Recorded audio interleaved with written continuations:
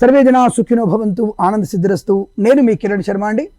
బ్రాహ్మీ ముహూర్తం అంటే ఏమిటి, ఏ సమయంలో వస్తుంది? మన యూట్యూబ్లలో గొప్ప గొప్ప పండితులు చెప్పినటువంటి విషయాలు చాలా ఉన్నాయి.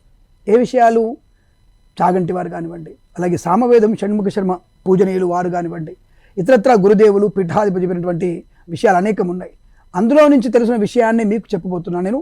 బ్రాహ్మీ ముహూర్తం అంటే ఉదయం సూర్యోదయ కాలానికి 3 గడియల ముందు కాలమే బ్రాహ్మీ ముహూర్తం. 3 గడియల ముందు కాలం మొత్తం కూడా దాన్ని బ్రాహ్మీ ముహూర్తం అంటారు. గడియ అంటే ఎంత? 24 నిమిషాలు. 24 నిమిషాలు. సూర్యోదయం 6 అయితే 24 + 20 48 + 64 అంటే 1 గంట 4 నిమిషాలటువంటి నిడివి ఉన్నటువంటిదే బ్రాహ్మీ ముహూర్తం.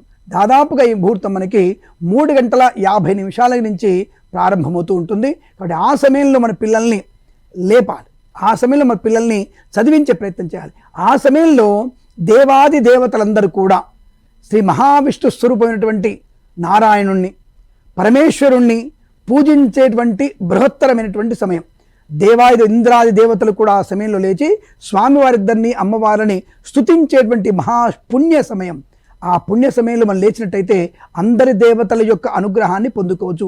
అందరు దేవతలు ఆ సమయంలో ఆ యొక్క పరమేశ్వరుణ్ణి పూజించేటువంటి శుభ సమయం. కాబట్టి బ్రాహ్మీ ముహూర్తంలో లేవడం వల్ల అందరి దేవతల అనుగ్రహాన్ని పొందుకుంటూ జ్ఞానాన్ని, సిద్ధిని, వృద్ధిని, ధనయోగాన్ని పొందుకునే అవకాశం. ఇది మనం దైవికమైనటువంటి ధర్మాన్ని పక్క పెడదాం, ప్రాక్టికల్గా ఆలోచిద్దాం. మనం అంటే ప్రాక్టికల్ కావాలి. మనకి లౌకికమైనటువంటి సమయంలో 2 గంటల సమయానికి నువ్వు ముందు లేవగలిగితే, అంటే సూర్యోదయానికి ముందే నువ్వు లేచి స్నానాన్ని పూర్తి చేసుకోగలిగితే ఎంత సమయం నీకు మిగులుతుంది? నీ ప్లానింగ్ ఎంత పర్ఫెక్ట్గా ఉంటుంది? ఆలోచించండి.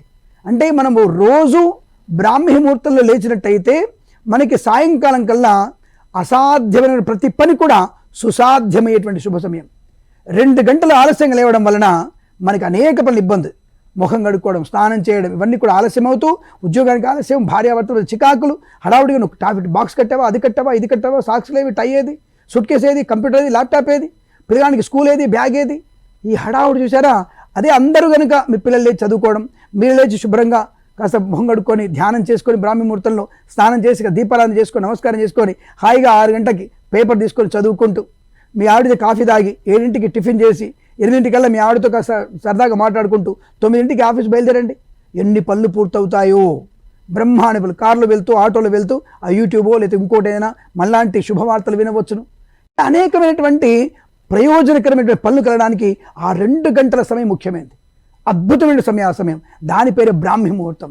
ఈ బ్రాహ్మీ ముహూర్తంలో లేచినటువంటి వ్యక్తులకి అసాధ్యం అనేది లేదు. కాబట్టి మీరందరూ కూడా ఇటువంటి బ్రాహ్మీ ముహూర్తంలో లేచి ఆనందమయ శుభజీవనాన్ని పొందాలని కోరుకుంటూ సర్వే జనా సుఖినో భవంతు. ప్రేమతో మీ కిరణ్ శర్మ.